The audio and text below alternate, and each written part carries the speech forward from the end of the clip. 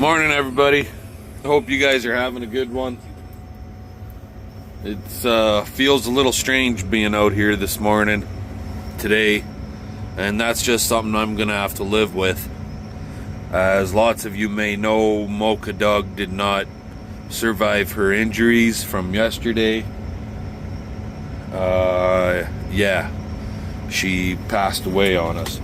So, anyway, life goes on the ranch, and I still got lots of animals that rely on us. And so, yeah. Anyway, one thing I will say, I just grabbed a bucket load here, and this stuff is a lot heavier per bucket load than the last pile. I'm figuring the last pile, with every bucket load like this, I had 850, 900 pounds. This feels a lot heavier. So I'm gonna take this one out. I gotta move a couple of bunks to a new feed location. So this one's just gonna get dumped on the ground. I got a porta bunk I gotta fix. So that's why I'm not using it right now. It needs a plank put in it. And right now it's actually blocking the green feed oat bales so the deer can't get to the ends of them. So yeah, that's what chores around the barn are all done already. So, and CP is grabbing a few logs to take into the house, I guess. Anyway, I'm gonna let you guys go. We'll get our feeding done and we'll see what happens after that. Alrighty, guys. Well, it's the afternoon here now. Got him all thawed out and ready for action. I had him running for a while here. Did a quick little grease job on him. Don't need to grease much because we haven't used them really at all yet. We did one grinding here this fall with it so far. I know some guys that's nothing. And there's guys out there that are using their machine 3-4 times, like every week. They're using it 3-4 times a month. But in our case, for how much grain I'm feeding, yeah, a tank load for how many calves we're feeding, it lasted a month. So anyways, let's grind another load. I've been out of grain for a week now. We've been feeding whole oats, and I want to get them back on that barley. So talk to y'all later.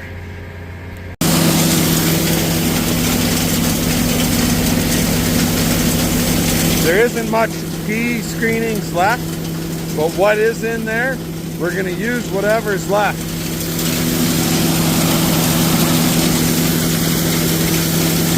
And I'm not going to be putting any oats in it this time.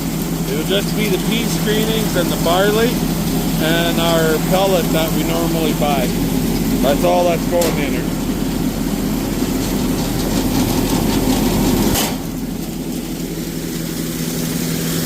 Anyway, we'll get these ground up and I'll bring you guys back after. Okay guys, so we got problems.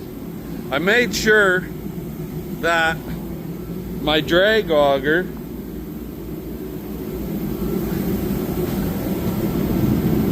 the guy inside here,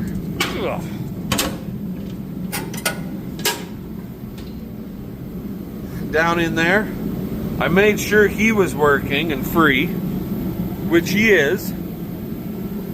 And I made sure last winter, this guy was our problem.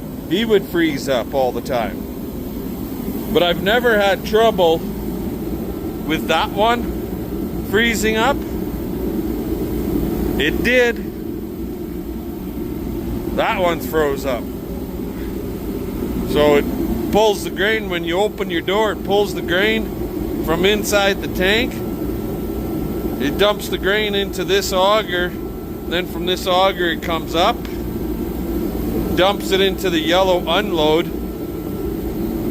Well, can't unload if that one don't turn. Son of a bitch. Also, I think, I remember using one of these things as a kid growing up, but I don't remember all of the ins and outs about them. But I think my friggin' dust turbine has got a bunch of snow or something in it. The lid was closed, but that doesn't mean snow still couldn't get inside there. And yes, you know what, lots of guys said, BP, cover it with a tarp. Well, tarp works fine until you get 70, 80K wind and the fucking ropes or whatever break or the tarp tears and it's flopping in the wind. So what good is it, right? It ain't. I am sure that's what my problem is, because I was getting a ton of fucking ground grain coming out the friggin' dust turbine. And I don't know why. I really don't know why. I don't have a book for this puppy that I can remember. I don't remember getting a book. I'll have to double check on that. Maybe I did, but I'll have to get a hold of Robert Bloom out in Alberta. He uses one of these guys. He would know exactly what the problem is. But for now, I got my heater going. I'm 2/3 full, just about. I got my heater going, and we're gonna try getting that fucker thawed out. So I don't know if I'll get it done today, to say that it's unloaded today, but if I can get it thawed out so that it's gonna work, then I can always unload it tomorrow. Anyway, I'm gonna let you guys go. We'll talk to you later. Alrighty guys, so I don't know what day it is.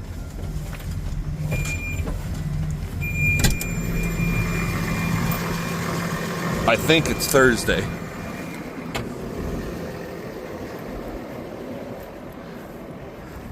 You can see how the deer have been on this end, shitting in it a little bit. But they might have been reaching in here a little bit, but they haven't been crawling up or pulling the sides down bad. They're all along this side in these bales, as you can see. But that was the whole idea, let them chew into these bales a little versus wrecking my pile, right?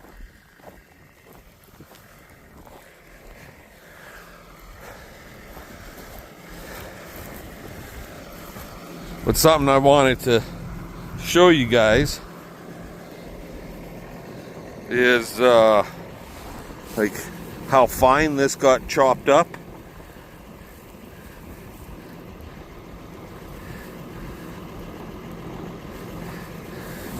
So, and because it's a finer chop on average, yes, we do have a little bit of long stuff right here, but some of that is from the bales when I was scraping up the ground. This is still stuff that would, because the wind blew it all out that way, and I pushed it all up into the pile right here. I'm trying to get rid of that. Once we get into the pile more, it'll be chopped up better. But when it's a finer cut, it's a lot more denser in the bucket. Makes for a lot heavier bucket load. So this will be day 2.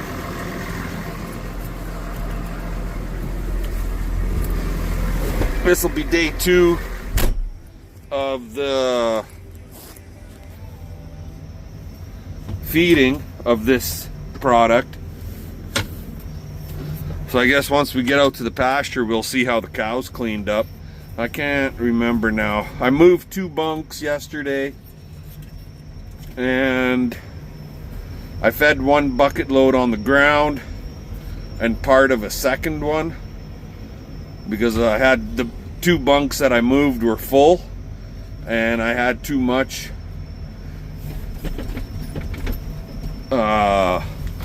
in the bucket to just fill up, top dress those bunks to make sure they were right full. So what was left, I left it on the ground also. So I think they ended up with basically 4 bucket loads yesterday. And the plan is to get that feeder fixed. I got to put a board in the end and a bar across this end. I ripped it out last winter. Anyways, and then it'll only be that bunk plus 2 long ones, and it would be 2 trips. Because that one's a porta bunk. Anywho, let's get out to the pasture and see what they did. I know these girls here, everybody outside of the bulls and the calving corral, at this point, everybody is on a cut feed ration. The second time calving heifers are on cut feed. The replacement heifers, like our yearlings, they're on cut feed. So, and the cows out in the bush are all on cut feed. Alrighty, let's get the hell out there. Well, I'd say they cleaned them up pretty good. Bunks are basically right friggin' empty.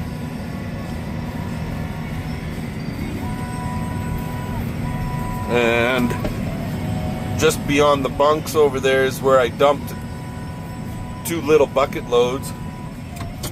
Not bucket loads, but made 2 little piles of what was left in the bucket. I don't know how much they've cleaned up that I dumped 1 big bucket load in the bed down area yesterday, but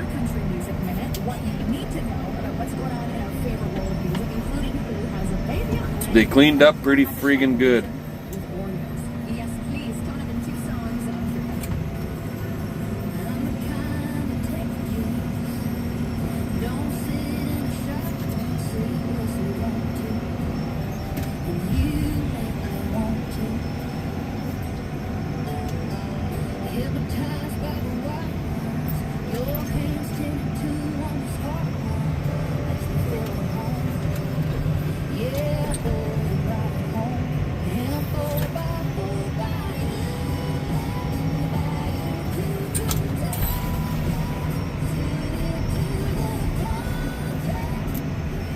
Turn that down, otherwise I'll get demonetized for having a radio playing.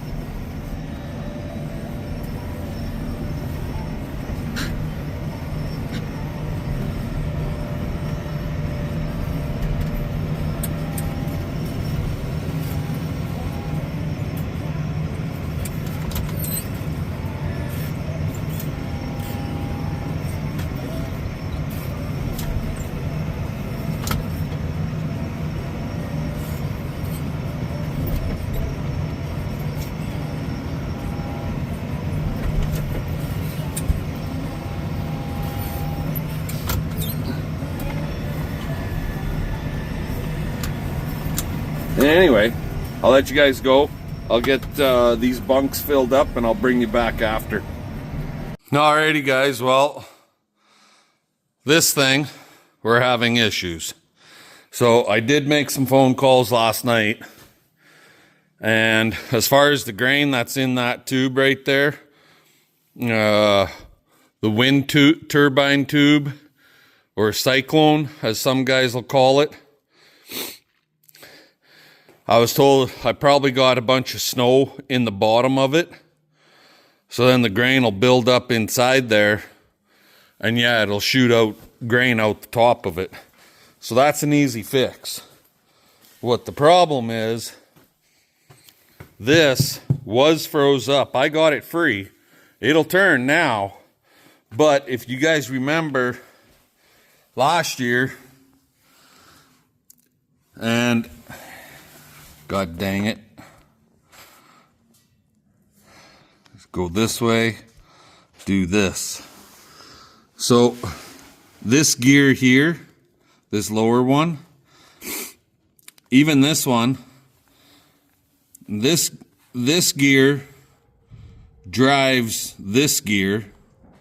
This gear is attached to that shaft there, which is attached to the auger inside this take-up auger. So it pulls the grain out of the tank. When you crank your door open, that handle opens the door at the bottom of the tank down here. You crank the door open, and then the grain falls into that auger, takes the grain up, and then dumps it into this yellow auger, which is your actual unload auger. This is the take-up auger. I think that's what they call it. Anyways, on these gears, there's no flat spot on this shaft for the set screws, and I don't know if we could see them in there, just vaguely. You can kind of make it out, that one down at the bottom down there. There's another one on the, there's two set screws, but anyway, there's no flat spot on the shaft, so that goddamn shaft is just spinning. I can't get those set screws tight enough, and it's just spinning. The gear is just sitting there. It won't grab good enough. So I had it apart. I tried tightening them up. You can see everything's been sprayed down here. I tried tightening them up, and it's still just spinning. So now my plan is to attempt to tear all this apart. That shaft right there is split in here. It goes to right about there. So then and I believe it sits inside of that one in there. I don't know for sure. We're going to find out if I get it all tore apart here today. It's like friggin' 3:15 in the afternoon already. I've been friggin' screwing with this thing for like 2.5, 3 hours, and it's not going as good as I want it to. So I got the machine up on blocks here now so I can get underneath of it easier, and we're gonna give her a go. I'll bring you guys back here in a little bit. Alrighty, so this rod, you take that rod out, goes into your fork. That's the fork. The fork goes inside that groove right there. And this end of the rod is attached to the bottom of this handle. So when you slide your handle in and out, that's what disengages and engages your unload auger shaft. That's that one there. The rest of these basically turn continuous. So now my problem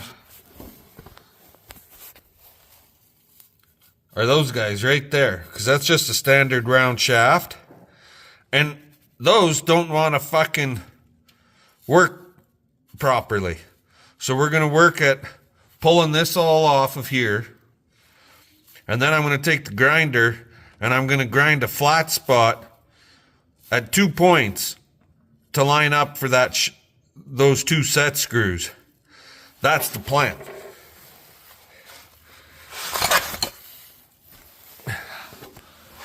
And then we'll reassemble, and that should get us working properly.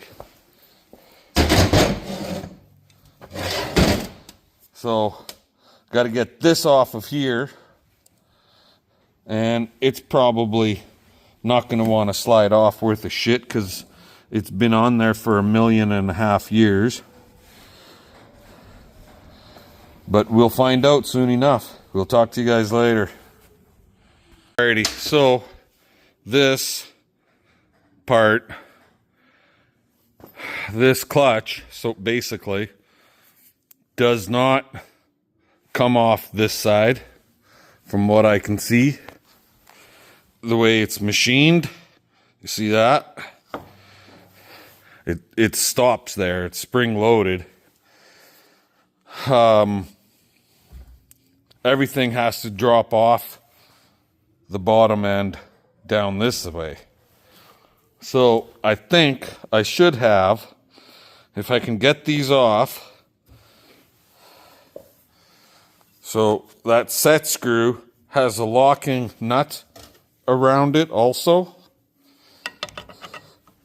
You'll need a 1/2-inch socket. Loosen that sumbitch off. That's that one. And make it a deep socket. And that's that one.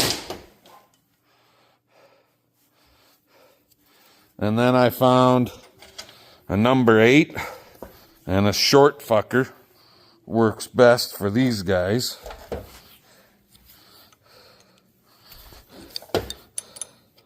Now I took this guy and I put a scratch right on the bottom edge right there. So my plan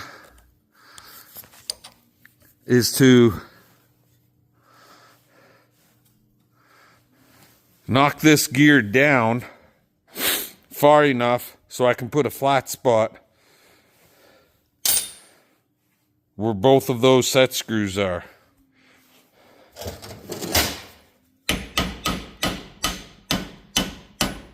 Well, that's a positive. The son of a bitch is moving. So I'll work it out, work it down, and we'll bring you back after. Alrighty, well, it looks like I was wrong all along, because I've never had it apart.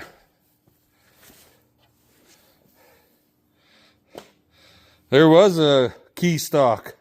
It's one of them half moon key stocks. One of these guys. Now if you look at that, see how it's wore? See that? So half, 3/4 of it's wore right down. I'm hoping if I get him in there that way, I'll be good to go. That's what I'm hoping for.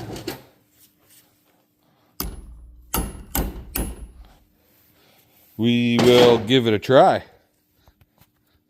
Anyways,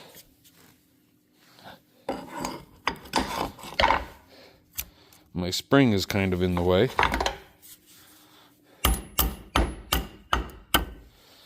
I'm getting my gear lined up here. You can see the groove is right there. I've never had it apart, so this is a first for me. So we'll get this all lined up and we'll work that gear back into position, see if we can snug her down and if it's going to hold. I don't know if it's going to hold on half a key stock, because this side wore right down to the depth of the shaft itself. That's why it was just spinning on there. It wasn't grabbing. And I don't think the gear was fully all the way in place. So we'll give this a go and see what happens. Alrighty, so got it back in position. I only got half a key stock that's holding this sucker in proper position. So I'm hoping that's going to be enough. I don't have any of that half moon type key stock here, so if this happens again, we know what we're going to have to do. We're just going to have to get a whole new key stock. Got these tightened down good and solid. So now it's just to install it, reinstall it. And there's the boss. I think she was at the barn doing chores. You was working. Okay, back at her. All right. We turned it on, we tested it quick. I hit the lever, and everything is working properly now. So I didn't run it for very long, very short, because I don't need a bunch of grain in the shop here. So we're gonna take this, and it's basically 2/3 of a load. We're gonna go get it unloaded, and then I'll figure out where the hell we're gonna park this thing till the next time that we need to grind grain, which will be fairly quick actually. So I'll let you guys go, and I'll bring you back when we're unloading. There. And that's how the sumbitch is supposed to work. How long that little half moon keyway is gonna last, I don't know. But it's working to get this load unloaded at least. Now, according to Robin Bloom,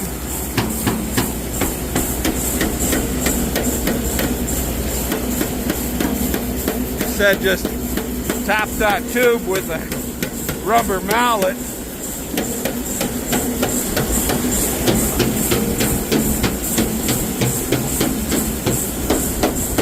and that'll get the stuff released to fall down and pull into the tank.